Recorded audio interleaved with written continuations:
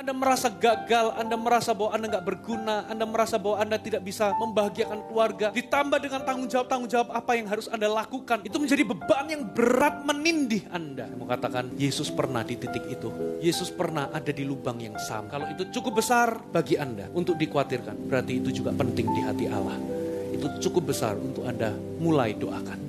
Banyak orang menjadi frustasi. Mereka bertanya-tanya, kenapa aku ini sudah kenal Tuhan, sudah mencintai Tuhan, bahkan aku dengan setia mengikuti Yesus. Tapi kenapa aku ini masih struggle, berjuang, menghadapi yang namanya kegelisahan, kecemasan. Bahkan mereka bertanya-tanya, apakah dengan menjadi cemas atau mengalami kegelisahan, apakah itu dosa di hadapan Tuhan? Apakah aku telah mengecewakan hati Tuhan? Saudara, saya memberikan jawaban. Menjadi gelisah itu sama seperti marah. Marah sendiri bukanlah dosa, tapi marah itu memang bisa memimpin kepada dosa, termasuk kegelisahan dan kecemasan. Dan yang mengejutkan, ternyata Yesus pun pernah mengalami masa-masa gelap itu. Hari ini kita mau melihat bagaimana Yesus bisa dealing dengan saat-saat gelapnya. Yang pertama, Yesus berbicara kepada orang-orang terdekatnya. Hatiku sangat sedih, seperti mau mati rasanya.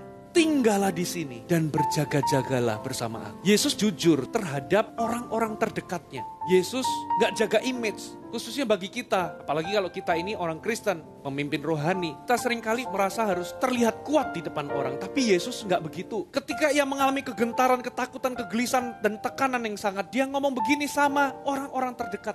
Aku ini sangat sedih hatinya. Aku ini begitu tertekan, seperti mau mati rasanya. Dan aku membutuhkanmu untuk tetap tinggal bersama denganku. Aku membutuhkanmu lebih daripada yang engkau bisa gambarkan. Stay here with me. I need you. Kalau Anda merasa cemas, Anda dapat melakukan persis seperti yang Yesus lakukan. Anda bisa berbicara kepada teman-teman terdekat Anda. Jadilah jujur di situ. Saya dorong bagi Anda yang belum punya komunitas, segera cari. Salah satu alasan terbesar mengapa banyak orang percaya itu struggle di dalam menghadapi tekanan, kecemasan, dan kegelisahan yang dia hadapi. Banyak orang percaya tidak punya komunitas yang bisa menguatkan dia, nggak punya support system. Orang-orang yang rohani, orang-orang yang bisa punya kapasitas untuk Anda bisa curahkan perasaan Anda atau saat-saat tergelap Anda, apa yang Anda alami kepada mereka. Saudara mungkin bisa mendapatkan support doa, contoh secara online, tapi ada perbedaan antara saudara didoakan dengan berdoa bersama. Ada sesuatu tentang kebersamaan sebagai komunitas. Ada hadirat Tuhan di dalam sebuah persekutuan orang percaya. Hal yang kedua adalah Yesus berbicara kepada Bapa. 4 ayat yang ke-6. Janganlah hendaknya kamu khawatir tentang apapun juga. Tetapi nyatakanlah dalam segala hal keinginanmu kepada Allah. Apa maksudnya dalam segala hal? Maksudnya begini,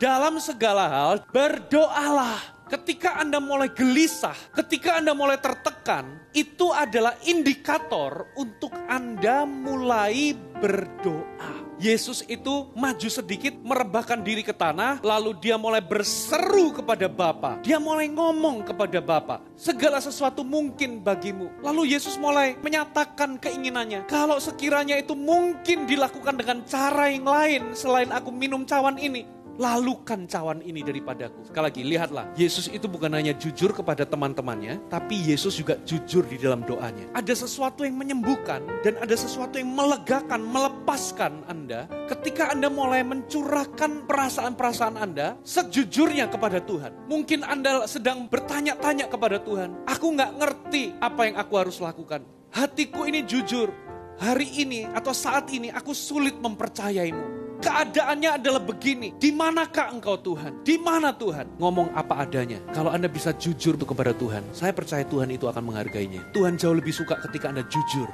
kepadanya. Tuhan itu bisa handle pengakuan Anda. Tuhan juga bisa handle feeling Anda. Lempar semua kegelisahanmu, anxiety. Lempar semua kecemasanmu. Serahkan itu kepadanya. Sebab ia peduli padamu. Saudara, jadilah jujur di dalam doamu. Berapa banyak orang tetap memikul beban itu karena ia gak pernah jujur di dalam doanya. Saudara, Anda gak mungkin bisa menyerahkan kekhawatiran Anda kalau Anda pertama-tama gak pernah jujur dengan apa yang Anda rasa di hadapan Tuhan. Yang ketiga, Yesus berbicara kepada perasaannya. Saudara, orang tuh kadangkala punya kepercayaan follow your heart, follow your feeling. Saudara, kalau Anda mengikuti perasaan Anda akan hancur. Berapa banyak orang yang akhirnya memutuskan untuk bunuh diri karena mereka mengikuti perasaan-perasaan mereka. Dengar baik-baik, perasaan Anda itu real, perasaan Anda itu nyata, perasaan Anda itu penting. Tapi perasaan Anda itu tidaklah selalu benar. Kalau Anda mau menang terhadap kecemasan, kegelisahan yang Anda alami, Anda harus berkata atau berbicara kepada perasaan Anda, hai perasaan, engkau bukan pemimpinku, engkau bukan Tuanku. Anda perlu menyelaraskan perasaan Anda pada kebenaran. Markus 14 ayat yang ke-36. Katanya, ya Aba, ya Bapa, tidak ada yang mustahil bagimu. Ambil cawan ini daripadaku. Tapi coba perhatikan, tetapi, ada kata tetapinya. Jangan apa yang aku kehendaki, melainkan apa yang engkau kehendaki. Yesus jujur dengan keinginan dan perasaannya. Yesus tidak ingin untuk menderita. Yesus tidak ingin meminum cawan itu. Tapi dia ngomong begini, memang perasaanku lagi gak mau. Aku jujur sama Tuhan, tapi dia akhiri statement doanya dengan, tapi bukan kehendakku yang jadi, tapi biar kehendakmu yang jadi. Ketika Yesus doa begitu kepada Bapa, Yesus sedang ngomong sama dirinya, Yesus sedang ngomong sama perasaannya, bukan kehendakmu yang jadi, tapi biar kehendaknya yang jadi. Saudara, Anda perlu bicara kepada perasaan Anda. Speak the truth to your feeling. Bicara kebenaran kepada perasaan Anda. Bicara tentang iman Anda pada perasaan Anda. Ketika Anda merasa bahwa Anda sedang tidak dicintai Tuhan, ngomong kebenaran pada perasaan Anda. Tidak. Tuhan itu begitu mengasihiku. Dia adalah kasih. Tuhan sudah membuktikan kasih-Nya bagiku dengan cara mati di atas kayu salib. Hai perasaan, Tuhan itu penyediamu. Tuhan itu tahu kebutuhanmu. Dia akan memenuhi semua kebutuhanmu. Ketika Anda merasa bahwa Tuhan tidak menyertaimu, ngomong, dia adalah Immanuel. Dia bukan hanya besertaku pada waktu aku sukses, tapi dia juga besertaku ketika aku ada di lembah. Ketika Anda mulai merasa bahwa Anda sendirian dan tidak ada seorang pun yang peduli pada Anda, ngomong seperti ini, aku ini gak sendirian. Tuhan memberikanku teman-teman, Tuhan memberikanku keluarga, Tuhan memberikanku komunitas. Aku tidak sendiri. Speak the truth to your feeling. Itulah pentingnya ketika kita merenungkan firman lalu kita ngomong. Karena ketika Anda ngomong kepada situasi Anda, perasaan Anda akan mengikuti dan menjadi selaras dengan apa yang Anda katakan.